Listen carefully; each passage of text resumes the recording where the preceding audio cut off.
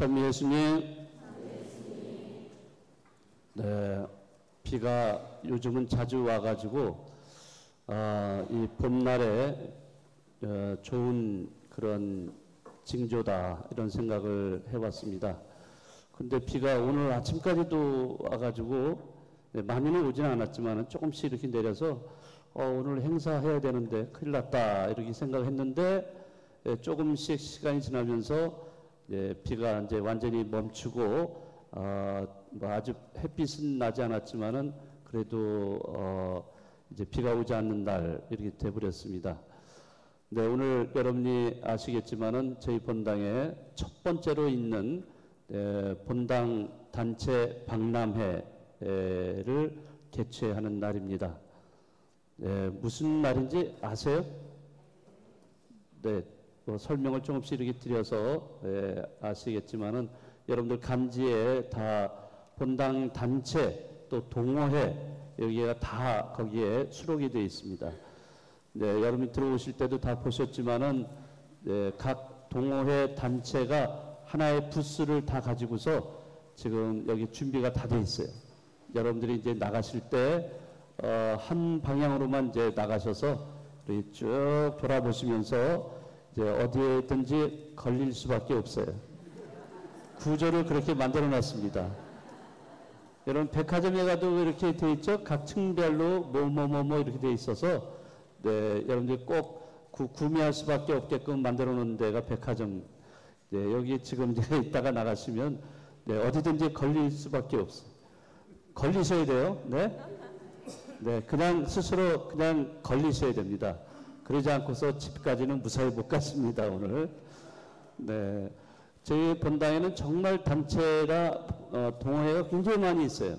정말 어느 다른 본당에 비해서 뭐 이렇게 많은 그렇게 단체나 동호회가 있는 곳은 별로 없을 겁니다. 그런데 보면은요, 이 주님미사에 이렇게 오시는 분 중에 한 3분의 2 정도는 단체나 동호회 활동을 전혀 안 하시는 분들, 이런 분들이 계셔요. 그러니까 3분의 2라는 거는 굉장히 많은 숫자인데, 어쨌든 그래서 대부분이 잘 모르세요. 어떤 단체가 있고 어떤 동호회가 있는지 잘 모르시기 때문에 박람회라는 그러한 형식을 빌어서 여러분들에게 소개를 해드리는 그런 날입니다. 여러분들 이따 가시면서 꼭 아직 아무것도 단체에 소속이 되어 있지 않다든지 동호회 이런 거 가입하지 않으신 분들 하나 이상은 꼭 가입을 하시기 바라겠습니다. 아시겠죠? 제가 정문에서 지키고 있을 거예요. 네. 그리고 또 오늘 또 여기 4구역 여기 다 함께 모여 있습니다. 한 달에 한 번씩 구역 미사를 봉헌하고 있는데 구역 주일로서 4구역이 되겠습니다. 4구역은 여기 건너편, 길 건너편의 뒤쪽에 아파트 쪽에 계시는 우리 신자분들 4구역이신데 오늘 이 구역 모임을 통해서 우리 더 유대가 강화되고 또 친교가 이루어져서 또 서로가 더 잘 알 수 있는 이런 날이 됐으면 좋겠고요. 이따가 미사 끝나고서 장소는 우리 행사 때문에 프란치스코홀은 못하고 밑에 지하에 성가정방으로 내려가시면요. 뭐 먹을 거 약간씩 이렇게 준비되어 있고 그러니까요. 가지 마시고 지금 제가 다 봤습니다. 여기 계신 분들 한 분도 빠짐없이 골로 내려가셔서 저도 함께 우리 사목회라든지 또 신부님, 수녀님들 같이 다 할 겁니다. 이따 만나 뵙기 바라겠습니다. 네, 오늘 복음, 요한복음의 주제는 의심하는 토마스입니다. 네, 의심하는 토마스. 부활하신 예수님께서는 여러 번 제자들에게 나타나십니다. 그래서 당신이 죽으셨다가 부활하셨다는 것을 보여주십니다. 그런데 그 자리에 마침 토마스가 여기 없던 거예요. 없었어요. 그러니까 토마스는 내가 직접 그분의 상처를 만지지 않고서는 나는 부활하신 예수님을 믿지 못하겠다. 자, 이런 태도를 취한 겁니다.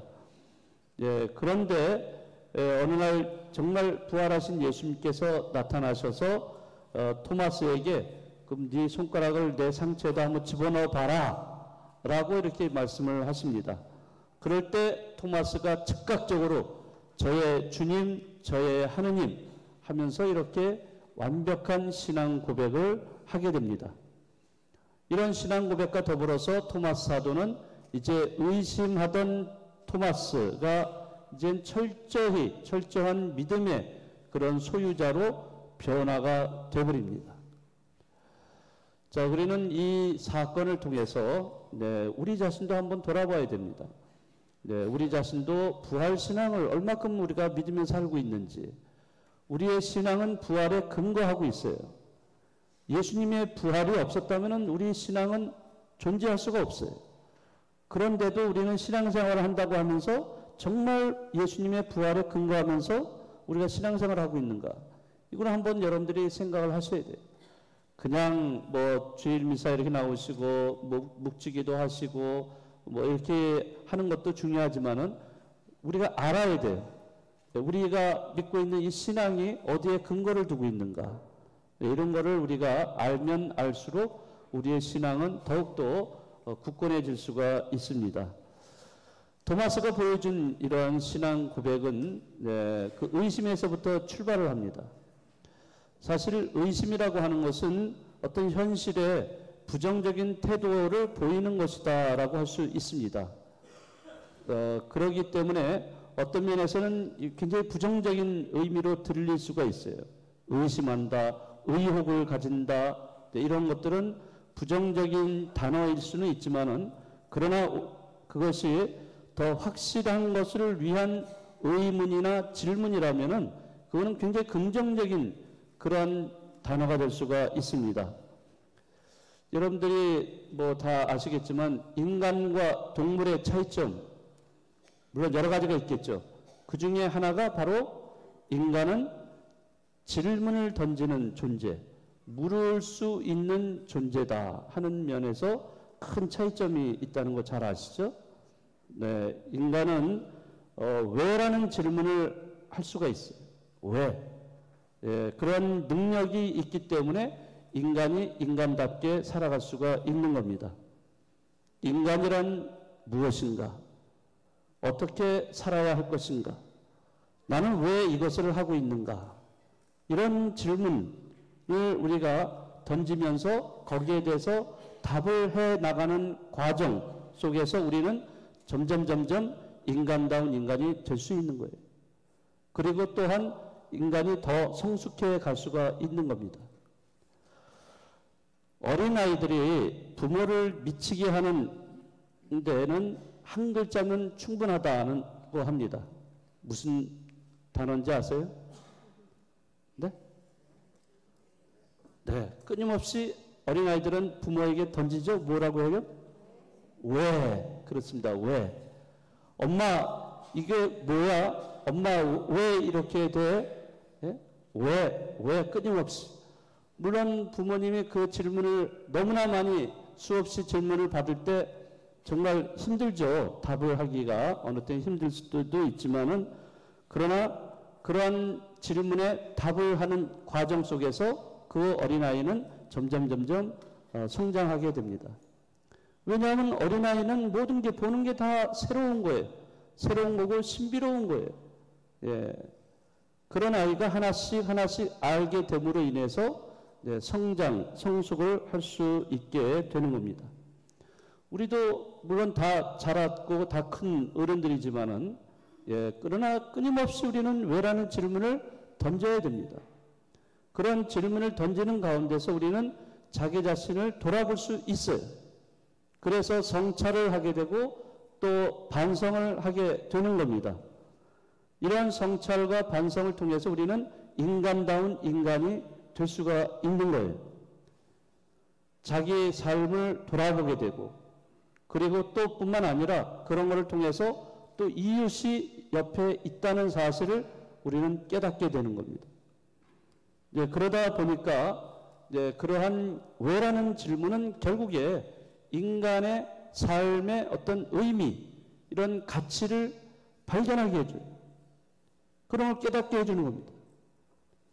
왜라는 질문을 만약에 던지지 않고 살아간다면은 그 사람은 내 삶의 의미나 가치를 찾을 수 없게 되고, 그거는 바로 공허한 삶, 의미가 없고 허무한 삶밖에는 될 수가 없어요.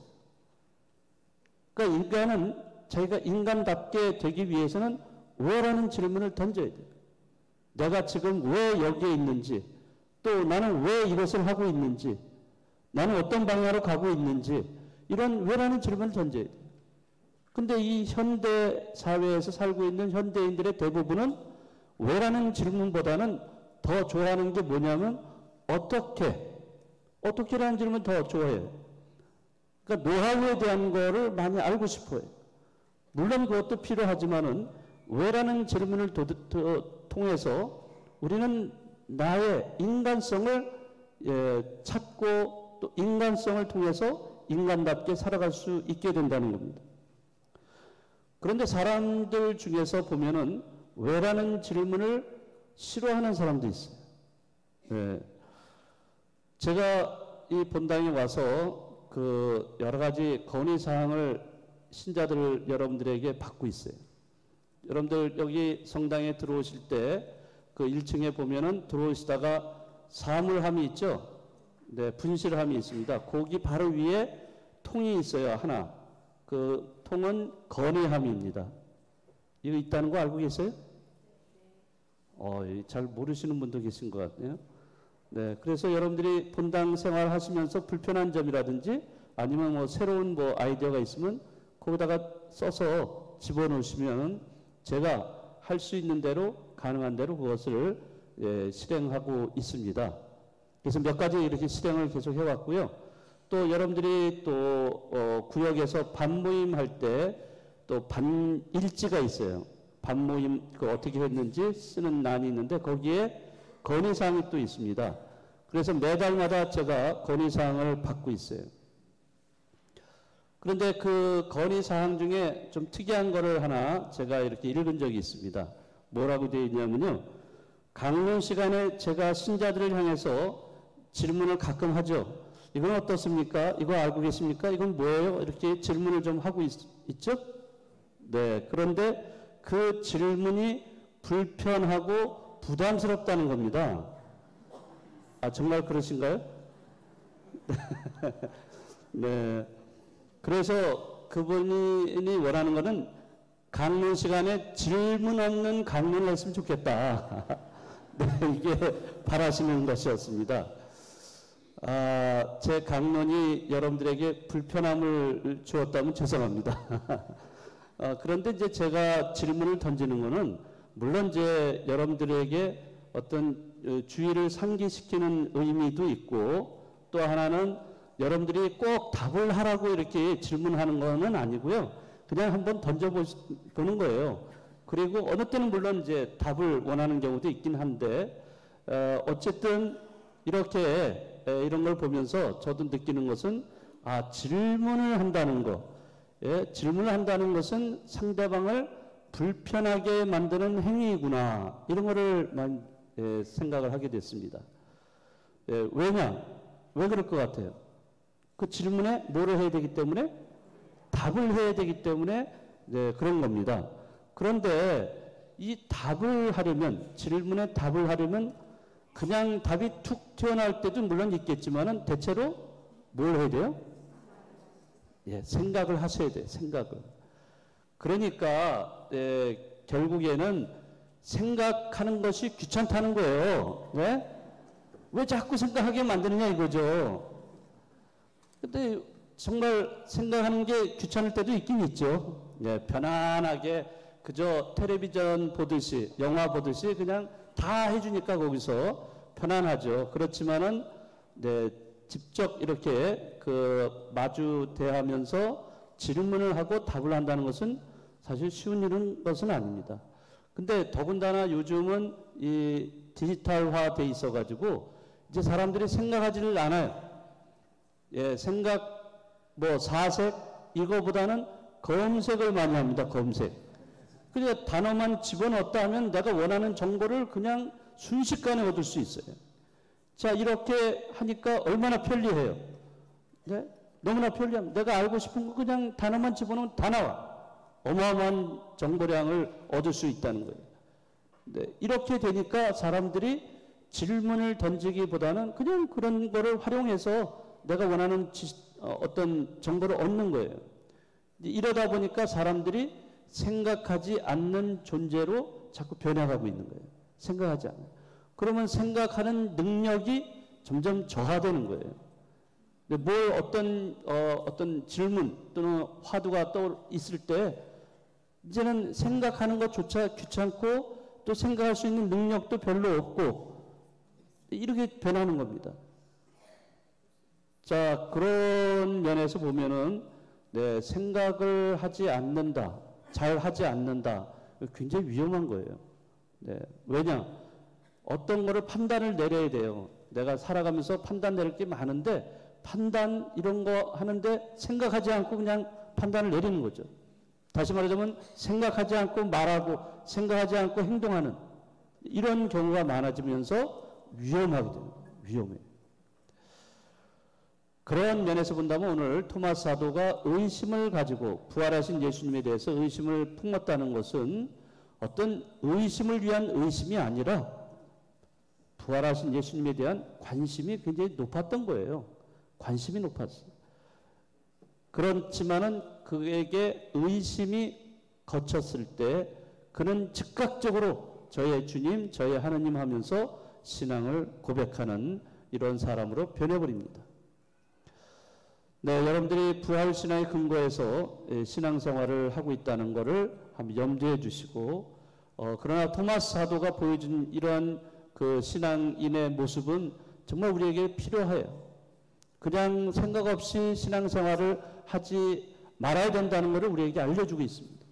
내가 왜 신앙생활을 하고 있는지, 내가 왜 미사에 참여하고 있고, 내가 왜 기도를 바치고 있고, 이런 거를 여러분들이 생각하셔야 돼요.